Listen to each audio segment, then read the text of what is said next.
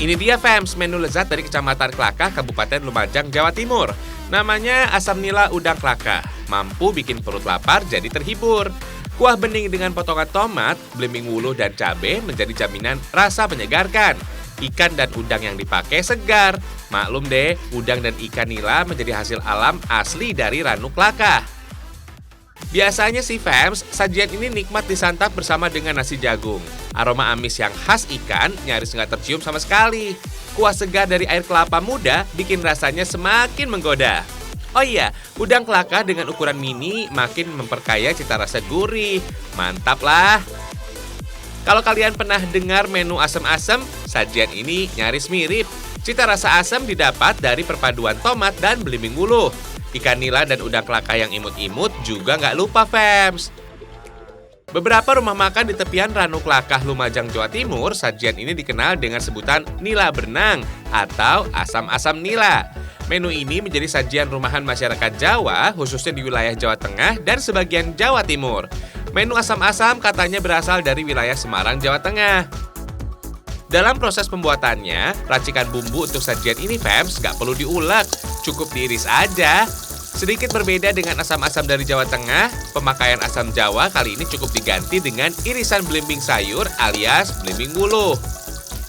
Rahasia segarnya kuah asam nila udang klakah ada di sini fams. Air yang dipakai berasal dari air kelapa muda. Selain segar, air kelapa mengandung kalium dan magnesium yang bermanfaat menurunkan tekanan darah tinggi dan hipertensi. Kombinasinya terdapat aneka rempah seperti kunyit dan serai, dijamin nikmat dan sehat. Di Kabupaten Lumajang, Jawa Timur, masyarakat Ranu Klakah biasa mengolah ikan nila menjadi menu rumahan yang bisa disantap setiap hari. Menu ini juga kerap tersaji untuk menjamu tamu yang datang. Selain ikan nila, udang dari Ranu Klakah juga istimewa. Ukurannya mini dengan kumis cenderung panjang. Udang klakah biasa tersaji dalam bentuk rempeyek udang atau botok udang klakah. Wah, asam nila udang klakah udah matang nih. Udah siap disantap bersama-sama fams. Selamat makan!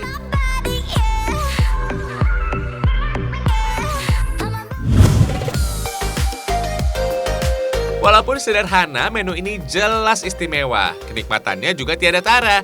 Sajian bebek goreng dengan bumbu ungkep dari Lumajang enaknya bikin kejang-kejang. Hihihi. Kuliner ini fams manjain banget deh. Praktis tinggal digoreng aja. Makin nikmat disantap pakai sambal pencit mangga muda ala bebek goreng dari Madura. Rumah produksi pembuatan ayam dan bebek ungkep ini fams berada di Dusun Pepe, Desa Sidorejo, Kecamatan Rawa Kangkung, Kabupaten Lumajang, Jawa Timur. Berawal dari pemotongan bebek di tahun 2011, usaha rumahan ini berkembang menjadi olahan bebek ungkep kemasan sejak pandemi di pertengahan 2020 lalu. Wilayah Desa Sidorejo, Kecamatan Rawa Kangkung, udah lama dikenal sebagai sentra peternakan bebek berkualitas dari Lumajang. Dalam sehari, sekitar 50 ekor bebek dengan 4-5 kg bumbu diproduksi di sini fams. Bebek usia muda jadi pilihan terbaik. Walau cenderung kecil, teksturnya empuk dan rasanya nggak kalah nikmat. Bebek cenderung lebih amis ketimbang ayam, maka butuh racikan bumbu rempah dan punya aroma kuat. Irisan kunyit, bawang merah, dan bawang putih lanjut diulek bersama ketumbar dengan takaran yang cukup banyak fams. Katanya sih, racikan bumbu ungkep di sini didapat secara otodidak dari resep warisan keluarga. Selain bumbu halus yang diulek, olahan bebek ungkep juga pakai racikan bumbu parut. Kalau biasanya digeprek, laos atau lengkuas diparut untuk hasilkan tekstur kasar yang berserat. Mungkin berbeda di tiap daerah. Bumbu ungkep umumnya berwarna kuning fams. Ungkep sebenarnya cuma proses atau teknik cara memasak. Dalam dunia kuliner Nusantara, khususnya masakan Jawa, teknik memasak ungkep biasa dipakai pada olahan yang digoreng, seperti ayam, bebek, atau daging-dagingan. Biasanya sih proses ungkep bisa memakan waktu yang cukup lama. Untuk olahan bebek ungkep ini bisa memasak 1 hingga 1,5 jam fams. Proses memasak yang lama dengan api kecil hingga sedang, bumbu bisa meresap sempurna ke dalam daging. Bebeknya empuk dengan cita rasa berempah yang nikmat banget. Yakin deh. Fams, sejak masa pandemi COVID-19 merebak, emang banyak usaha kecil dan menengah yang terkena dampak atau imbasnya. Usaha pemotongan bebek karkas di Desa Sidorejo, Kecamatan Rawa Kangkung ini salah satunya. Bebek potong yang nggak bisa dikirim lagi ke luar kota atau luar pulau, akhirnya ngebuat pelaku UMKM berinovasi. Diolah jadi bebek ungkep dalam kemasan, nafas pelaku usaha kecil dan menengah di Lumajang bisa tetap berhembus. Harganya terjangkau kok fams, cuma 40 ribuan aja sebungkus. Walaupun dimasak lama, bebek ungkep sejatinya belum sempurna dimakan. Supaya lebih nikmat, bebek harus digoreng dulu fams. Gak perlu tambahan bumbu lagi, bebek ungkep udah enak banget kok fams. Proses menggoreng ini tergantung selera aja. Kalau mau cita rasa bebek yang garing, bisa digoreng agak lama. Tapi kalau mau tekstur yang agak basah, goreng lebih cepat, tetap terasa nikmat. Sip lah, udah mateng nih fams. Bebek ungkep dari Kabupaten Lumajang, Jawa Timur.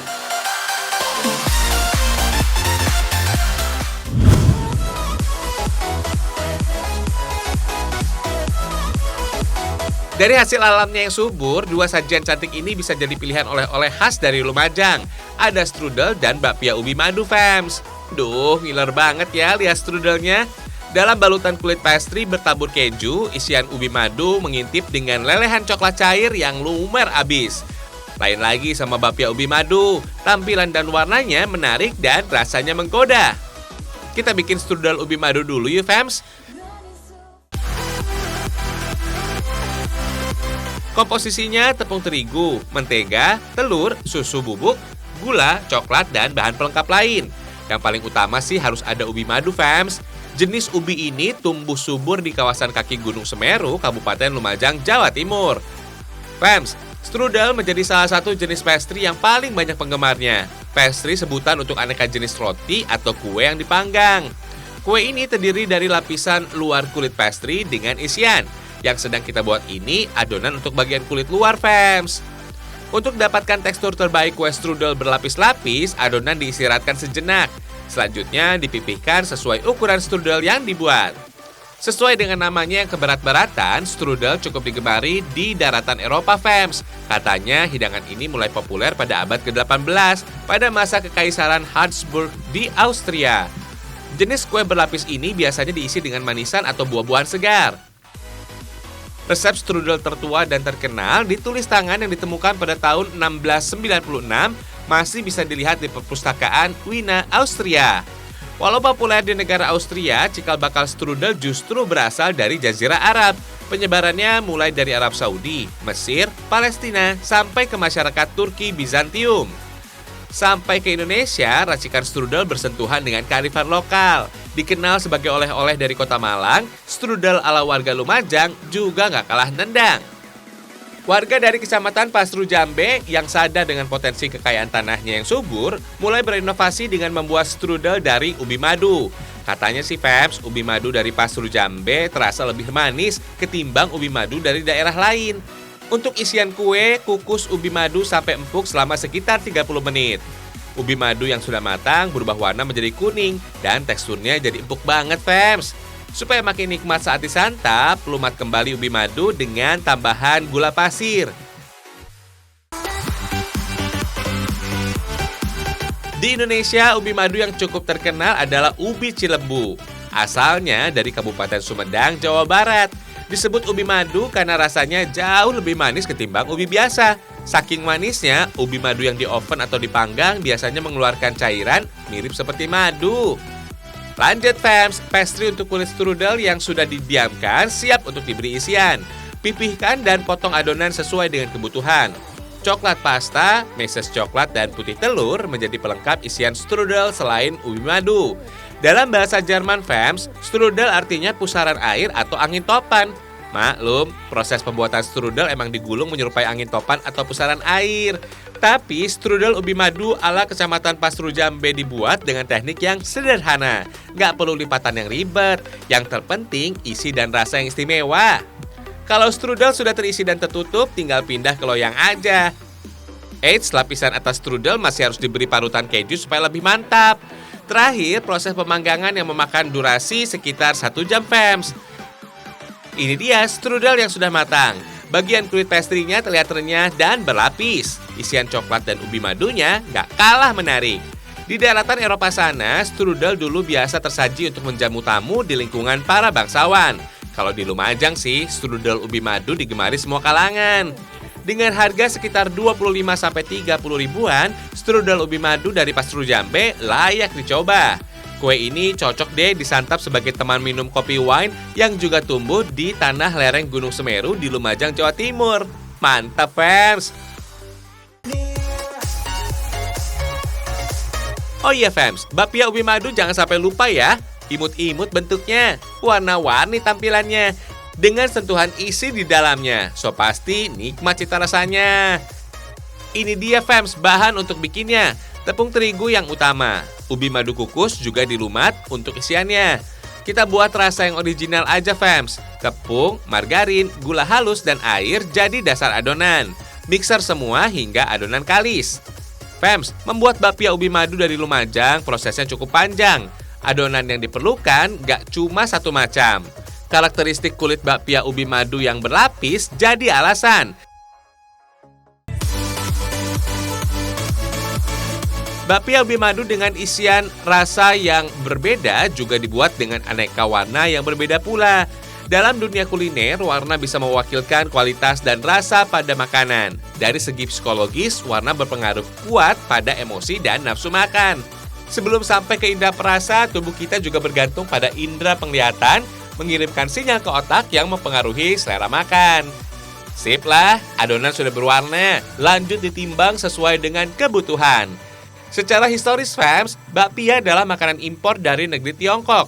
Dibawa oleh para imigran Tionghoa pada abad ke-20, bakpia mulai menyebar dan digemari di tanah air.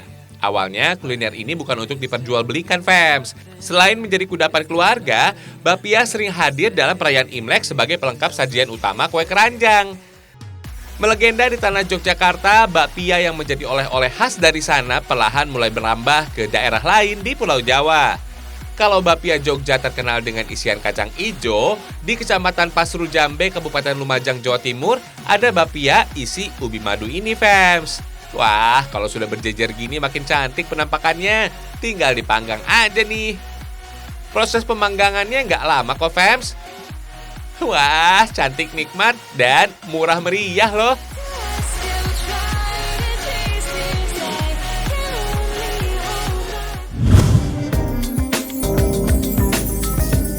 Dalam kondisi kayak sekarang ini, fams, jangan kasih ruang deh yang bisa bikin suasana hati jadi nggak tenang.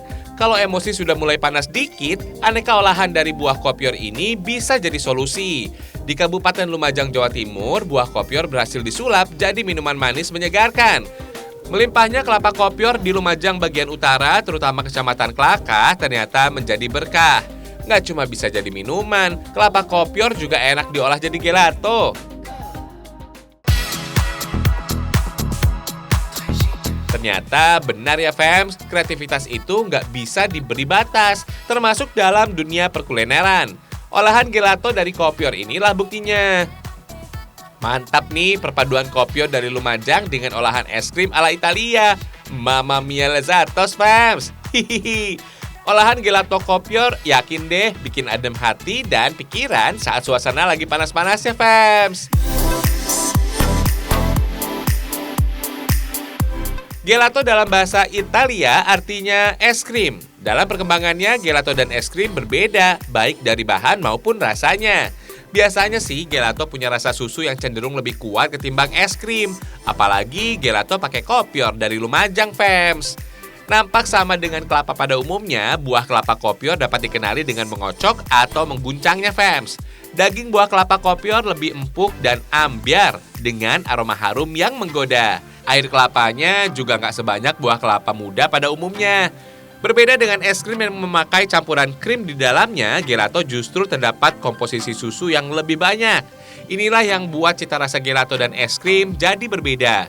Oh iya, kombinasi air buah dan daging kopior dimasak bersama dengan campuran susu bubuk dulu ya. Katanya, fams, zaman dulu orang Mesir sering menambahkan gula dan garam pada salju untuk membuat makanan pencuci mulut. Kegemaran ini lalu menular pada prajurit Romawi yang menjajah kawasan itu. Teknik mengolah es ini kemudian dibawa para prajurit Romawi ke negaranya dan ternyata memikat hati Kaisar Roma. Oh iya, adonan dasar gelato kopior ini harus masuk kulkas dulu, fams. Durasinya sekitar 1 jam aja. Kalau sudah agak membeku, prosesnya kita lanjut lagi. Campurkan adonan gelato dengan buah kopior. Katanya nih fams, kelainan genetik pada pertumbuhan ngebuat kopior jadi berbeda dengan buah kelapa pada umumnya. Nggak cuma jadi minuman segar, buah kopior yang harum punya rasa yang unik. Sering dipakai juga sebagai bahan untuk kue kering ataupun kue basah. Secara ekonomis, kopior juga punya harga yang jauh lebih tinggi ketimbang buah kelapa muda biasa. Kalau dibandingkan, harganya bisa 4-5 kali lipat. Soal khasiatnya jangan ditanya. Bagi kaum pria, kopior dipercaya mampu meningkatkan vitalitas. Air kelapa kopior juga dipercaya mampu mengatasi alergi hingga demam berdarah, fams. Setelah masuk freezer selama sekitar 6 jam, gelato kopior dari Lumajang sudah bisa dinikmati nih, fams. Ayo, siapa yang mau?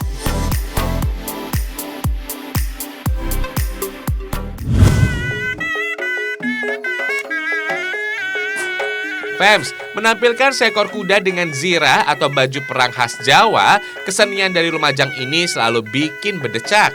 Kenalin fams, seni kuda menari ini biasa disebut dengan nama jaran kencak. Biasanya fams, kesenian jaran kencak hadir pada acara pesta rakyat seperti hajatan pernikahan atau hitanan. Tradisi turun-temurun ini dari leluhur masyarakat Lumajang wajib dilestarikan. Eksotik banget, fams. Mengikuti alunan ketukan musik gamelan Jawa, lincahnya tarian kuda selaras dengan indahnya latar pemandangan matahari terbit di Ranuk Lakah kaki Gunung Lemongan di Lumajang, Jawa Timur. Keren banget ya, fams. Pesona Kabupaten Lumajang gak pernah habis diperbincangkan. Aneka kulinernya bikin keroncongan. Tradisi dan budayanya wajib dilestarikan. Keindahan alamnya selalu tampak menawan. Salah satu destinasi yang wajib dikunjungi ada di Ranuk Lakah, fams. Tenang dan indahnya hamparan air serta hijau pohon sejauh mata memandang bikin tenang jiwa dan pikiran. Ranuk Lakah terletak di Desa Tegal Randu, Kecamatan Klaka, Kabupaten Lumajang, Jawa Timur. Setiap pagi atau sore hari, aktivitas nelayan menjaring ikan dan udang klakah jadi pemandangan yang menarik mata. Dari pusat kota, durasi tempuhnya nggak terlalu jauh, fams. Cuma 30 menitan berkendara. Jaraknya sekitar 20 km dari alun-alun Kabupaten Lumajang ke arah perbatasan Kabupaten Probolinggo. Kalau kesini nggak usah bingung mau ngapain. Duduk tenang sambil menikmati keindahan danau, udah bikin senang. Kalau mau lebih seru, ada beberapa spot foto dengan objek yang ciamik. Panorama Ranuk Lakah emang eksotik. Di balik indahnya danau, ada latar belakang Gunung Lemongan yang menjulang. Cocok deh buat background foto keren. Oleh sebagian masyarakat sekitar, Ranuk Lakah menjadi tulang punggung mata pencaharian. Air di tepian danau banyak dimanfaatkan sebagai keramba untuk budidaya ikan air tawar. Selain ikan nila yang dominan, ada juga nih keramba yang berisikan ikan koi. Unik ya, jarang-jarang nih ada ikan hias koi dibudidaya langsung di air danau. Hihihi. Fams, kalau pengen yang lebih seru, pengunjung bisa kok menaiki perahu bebek-bebekan. Cukup sewa dengan harga murah meriah, kita sudah bisa happy-happy nih di atas air Ranuk Lakah. Fams, Ranuk Lakah berada pada ketinggian sekitar 900 meter di atas permukaan laut. Dengan luas sekitar 22 hektar, Ranuk Lakah menjadi danau terluas di Lumajang, Jawa Timur. Kedalaman danaunya mencapai 30 meter. Katanya sih, fams, Ranuk Lakah ini menjadi salah satu tempat yang istimewa pemandian para putri pada zaman kerajaan di masa lalu. Ini dulu taman kaputrennya para Raja Majapahit. Setelah habis panen biasanya menghabiskan waktu libur di sini dan para putri mandinya di sini. Fams, sebagai tempat yang masih kental unsur alamnya, sikap dan perilaku kita wajib dijaga. Selain sikap sopan dan terpuji, ada pantangan yang harus diperhatikan. Kalau dulu ada, tapi hari-hari ini sudah nggak ada lagi. Ya pokoknya pantangannya hati-hati karena ini dalam, yang nggak bisa renang jangan ke air, gitu aja. Oh iya, fams, Ranuk Lakah menjadi danau alami yang terbentuk dari letusan gunung api Lemongan. Biasanya sih, fams, setiap tahun ada periode kandungan unsur alam di air danau meningkat, sehingga ikan dan biota laut di dalamnya sering pada mabuk. Hihihi.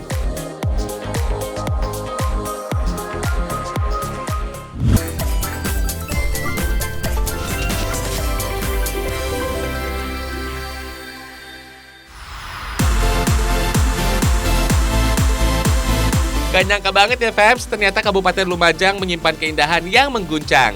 Kulinernya, tradisi dan budayanya, serta pesona alamnya sungguh eksotik. Indonesia beruntung banget deh punya Lumajang. Ragam Indonesia, satu Indonesianya, berjuta kekayaannya. Bangganya!